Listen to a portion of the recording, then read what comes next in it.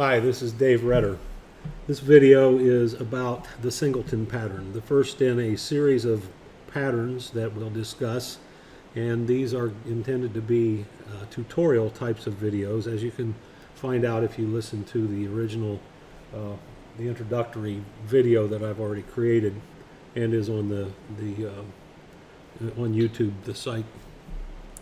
So with this one, I'm going to kind of show you the way I'm going to do the others as well. In particular, I'm going to use this place called the DO factory, the Data and Object Factory. Not necessarily because it's the best, but it is decent, and it does have, as best I can tell, the actual Gang of Four design pattern definition in it. And it has a design pattern UML class diagram. This is not the Gang of Four pattern class diagram, but it is for the Singleton. But it is one that we can use now. Part of the reason is because the people who have created languages such as C#, after the Gang of Four did its work, have modified the kinds of things that languages do. And in particular, some of the things that are available in C# were not necessarily available in C++ some time ago, like back in the 90s. As a result, this is the pair of things that I'm interested in discussing with you on most of the design patterns. And we'll look at these, and if we have to stray from this class diagram, we will. In this particular case, we're going to do precisely what this diagram indicates, and we're going to use this definition, which we'll use the definitions, I think, all the time, to see what the pattern is supposed to do. The Singleton pattern is supposed to ensure that a class has only one instance and provide a global point of access to it. And this is important here. This says has only one instance, which really means that it has an instance and it doesn't have two. In other words, there's a unique, but there is one, a unique instance of this class, whatever it is. There are a bunch of reasons why we might want to do this, and you can go online and find out some of them. I'll give you some pointers to things as necessary to help you continue on with your study of these patterns in other ways, this being just an introduction to each of the patterns. But most of the patterns have some depth to them, and the Singleton pattern is no exception. So what I want to do now is I want to go show you an example of the Singleton pattern at work. And I've got this little Visual Studio Windows Forms app that I'm going to run. And what it does is emulate a board of elections. And a board of elections is something that most counties in the country have, and states without counties, they have equivalent things. But in my county, in Ohio, we have a board of elections, and they're in charge of all of the voting booths in the county. So this is emulating that, simulating, if you want to think of it that way, as though everything was done digitally. In my county, that's not the case, but we can still imagine that somebody sitting at the board of elections could click on a button and create a voting booth. And this would be the voting booth, and here we've got Bob and Tom from the radio show is why I use those. Vote for Bob or vote for Tom. And as I click on these, that's 3 votes for Bob and 1 for Tom. I can come over here and view the vote totals, and I can continue to do this.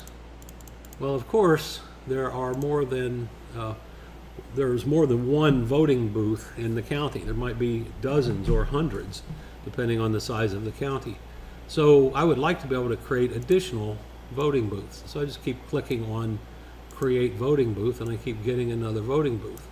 But the count that comes into each one of these, or from one of these, needs to go to the same entity. I don't want one group counting the votes from this area of the county, and another group, another board of elections, if you will, counting things from some other area, or one group counting Bob's votes and another group counting Tom's votes. We don't want that. But with this, we have a central point, a global point of access. If you look back here, provide a global point of access to the class, and that's not exactly what this is. This is not the Singleton object here, but instead is we got to pop all these others up again, is our access to those singletons, or that singleton. So what we want to do is to ensure that whatever the thing is that's being used by the Board of Elections to record this vote, there's only one of them. And that's what we're going to be about here. So let me click on that. Let's come over here and look at the code for the singleton, and that is the vote manager. So here is the vote manager code, and you'll see that what we have is actually the singleton object, the singleton, or the singleton class. It's a good idea when you're writing these, by the way, especially if you're writing, well, not even especially, but if you're writing a demo, to identify what the various classes are. In this case, we've got just one class that's in the whole pattern. Some of them will have a bunch of classes, 6 or 8 classes, maybe even more, depending on how you write these demos. And I highly recommend that you write demos of your own creation, that you decide that you're going to write a demo about this thing or that thing, so that you can gain access in your brain to the concepts of the pattern at hand. So in this case, I've got some properties. I've got this property and this property, that Bob votes and Tom votes, and these are private. They're only accessible from within the vote manager class, within the singleton class, that is. And I'm using properties that are private, and I'm gaining access to them through these accessors, just because I like to do it that way. So let's look at the UML diagram for the UML class again, for the singleton. And there are some things in here that you really need to be aware of. And that is, first of all, that this top line, this is a UML class diagram, Unified Modeling Language. And the way the diagram works is that in the top box, you're going to see the name of the class. The second group is the collection of properties or fields that exist in this class. And then, as you can see here, the only one required by the singleton class is an instance object. And you'll notice this little minus sign in the front of it, and that minus sign means private. And so the singleton class, the singleton demonstration, has to have a class that may or may not be named singleton. It's not for me, it's called vote manager. It has to have one property that's private, that's used as the instance of the singleton class. The second thing is that we have a private constructor. The minus sign there on these are the operations down here. The minus sign there means private, as well as this one. And it says there's the constructor, and it's private. In other words, the only way you can get to the constructor is from inside the class itself, which is kind of against your intuition when you first think about it. But the point being that we have this method called instance, and it's public. That's what the plus sign means. And it returns a value of type singleton. So instance makes a call to the singleton constructor to get a singleton object, but only in the way that the singleton pattern allows it to do that. If we look at this, what you can see is that we've got these things which are really not part of the singleton pattern, but they're rather part of the vote manager requirements. The vote manager has to have values that it can maintain over a period of time, so that we can have them accumulate values from various places in this case. So here's the vote manager, and this is the singleton's private constructor. And take a look at this. It simply says when you create one, set Bob votes to 0 and Tom votes to 0. So every time we create a vote manager, we're going to set all of our candidates' vote counts to 0 from the very start. This get instance is the thing that allows us to manage those values. And when we say get instance, this is what we do. We're going to check to see if this instance object, the private instance required by the singleton pattern, has been established or not. And if it hasn't been, in other words, if its value is null, then we're going to create one. And we're just going to do that by just simply calling the vote manager constructor, which simply sets Bob and Tom's votes both to 0 and creates a get or a vote manager object and returns it. If we have that, if we don't have one, we create one. If we do have one, we simply return it, the one that we've already got.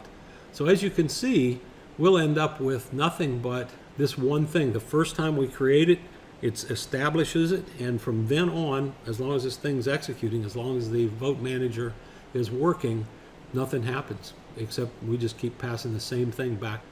Here's a vote for Bob. We'll look at it. Vote for Tom looks just the same. All it does is increment the value. This variable is associated, as I said before, with the vote manager portion of this. This business right here and here are associated with the Singleton pattern portion of this. So there's what we've got. So let's go take a look at vote manager form. This also doesn't have anything to do with the Singleton pattern. It has to do with the UI, but let me show you how I'm doing this, just because this code is going to be available to you on the GitHub site. So if you take a look at this code, you'll see that it's actually pretty simple. We've got this button, create voting booth, this button which says update the voting totals. So here's the code from the voting booth. This is what we do. We simply create a voting booth, which is a member of this class that's defined in here, and we show it. That is all we do. Let's go take a look at what voting booth looks like. This is the portion in the C# code that says call all the stuff that the designer created in code to lay out this form, and it simply says I want a vote manager object, and we're going to get one by calling get instance. So on the first one that we create, it's going to go get an instance of vote manager by creating one. On subsequent ones, like the second and third ones that I created, it's going to call this, and because of this code, everybody's communicating with this same object, because even though we create a local pointer to it, we get this instance, and that's a pointer to the main guy. And then this is so simple here, we just simply, in the click handler for this button and the click handler for that button, we simply call vote for Bob from the voting manager and the vote manager, and it's responsible for taking care of whatever that thing does. In other words, however we go about voting for Bob. I mean, it's the thing that says this is how we vote for Bob, this is how we vote for Tom. So there's really not much here in the voting booth except this important piece that says I want to make sure that I don't get a new vote manager. I just want to get that one and only instance that we have, because the first time, again, it will create that one instance, and subsequent times it will use that same instance. So in the vote manager form, if we look at this code, you'll see that when we click on view vote totals, we simply call update vote totals, which is right here. And in here, all I do is get the voting manager or the vote manager Bob votes value and put it in this text box, and the Tom votes value and put it in this text box. So it's a really very simple application.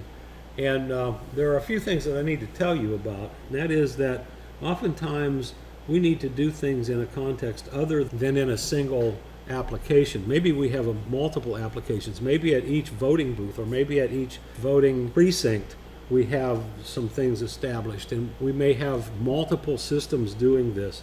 If that's the case, what we're doing here won't work, but you at least see the concept of what the Singleton pattern is about. Things that will work, you can come up here and you'll see these narratives at the top in most of the apps that I write. In here, there's a pointer to another place, and this is a really nice article about how you can do the Singleton pattern in other contexts, in particular thread-safe contexts. So I would recommend that if you want additional information, that you do some searching on the internet. I've given you this one single pointer, and I've also given you some concepts here that I feel obligated to tell you. So with that, I think hopefully you have the sense of what the Singleton pattern is, and we'll bring that to a close. Thanks for listening.